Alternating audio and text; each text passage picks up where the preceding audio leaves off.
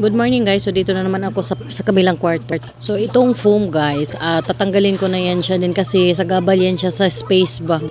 Yan yung nakita nyo yan guys, yung yung double yan siya. Pero yung kahati niyan binigay namin doon sa kasamahan ng asawa ko kasi wala din silang mahigaan doon sa barracks nila. So para hindi siya hindi din siya masayang, nakatambak lang dito sa bahay at saka para matanggal din yung bitaw yung space. Gusto ko nang nga din yan siya ibigay guys kasi sagabal talaga yan siya dito sa space at saka hindi rin namin nagagamit kasi yung mga anak ko guys kami sama-sama kami sa isang kwarto, ayaw maghiwalay yung kuya. Tsaka tinanggalan ko na nga siya ng ng bedsheet kasi alikabok lang ba.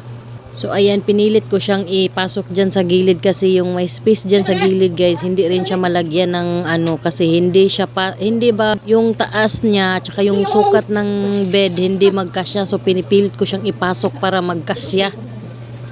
Kasi sa sobrang dami namin ng guys, sa sobrang dami naming abubot guys na libadbara na ako sa namin sa space namin ba, tsaka medyo malamok na kasi maulan na ngayon. So ayan, pagkatapos kong winalisan guys, pinipilit ko talaga siyang ipasok para magkasya. Yung foam na yan guys is yung yung para bitang yung spring niya sa ilalim yung parang guma lang na So kaya madali lang siyang madali lang siyang i-fold ba tawag doon Kasi gusto ko guys maaliwalas ba, yung maaliwalas bitaw yung paningin ko tsaka yung mga gamit ko, parang minimalist lang ba. Kasi yung mga anak ko guys, kailangan nila ng malaking space para doon dyan na lang sila maglaro sa kabilang kwarto. So tapos na akong tignan nyo guys, nagkasya na lang siya. At ayan yung makulit kong anak. At saka yung foam guys, tatabunan ko lang siya ng mga Durabox para hindi siya makita. Kasi pag may time ako guys, ipatatapon ko na yan kasi hindi namin yan siya magagamit. So ayan na siya yung itsura. Tsaka yung lagayan namin ng sapatos guys, tatanggalin ko na yan dyan. Kasi nadudumihan ako pag nakikita ko Sa ngayon guys, nakapokus ako sa arrangement ng bahay. Gusto ko yung maaliwala. So tsaka ayan na medyo malaki-laki ng space.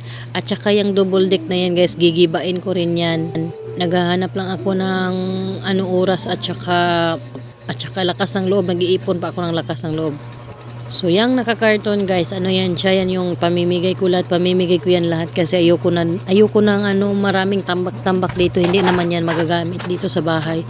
Yung iba niyan guys, yun yung yung binigay ni Kabusing RC na hindi ko pa rin siya nabigay kasi akala ko makakauwi kami sa province namin kasi doon ko siya balak ipamigay. So na-postpone yung uwi namin kasi yung trabaho ng asawa ko hindi siya nag-compatible sa bakasyon namin.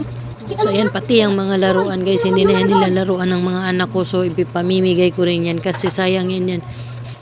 Pwede pa yan malaruan sa iba, yung sa bukid bitaw. Pati mga sapatos, ayan, hindi yan sinusuot ng mga anak ko pero kinikip ko lang yan siya dyan guys para pag uwi namin doon sa province namin, doon ko yan siya mapamigay. At sana soon, baka ngayong December na talaga, final na talaga na makakauwi kami sa province namin. Iubos ko yan sa pamimigay guys kasi hindi ko naman yan na dito. Lang siya, sagaba lang sagaba lang siya sa paligid ko. Ayoko yung maraming kalat ba. Gusto ko yung mga minimalist lang bitaw. Pero hindi sasang-ayon yung mga ko kasi sila yung gumagawa ng paraan para maggulo-gulo. Ayan, marami silang mga basura dyan sa tintapo nila.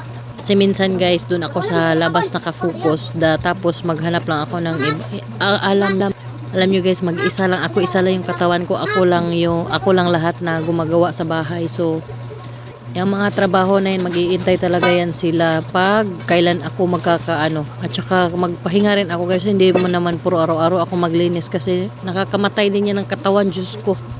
Kaya nga tayo nagbubukod para may freedom tayo kung anong gusto nating gawin, diba? So ayan, hindi naman ako araw-araw nagkukuskus dyan sa mga ilalim-ilalim. May time lang talaga na ganun.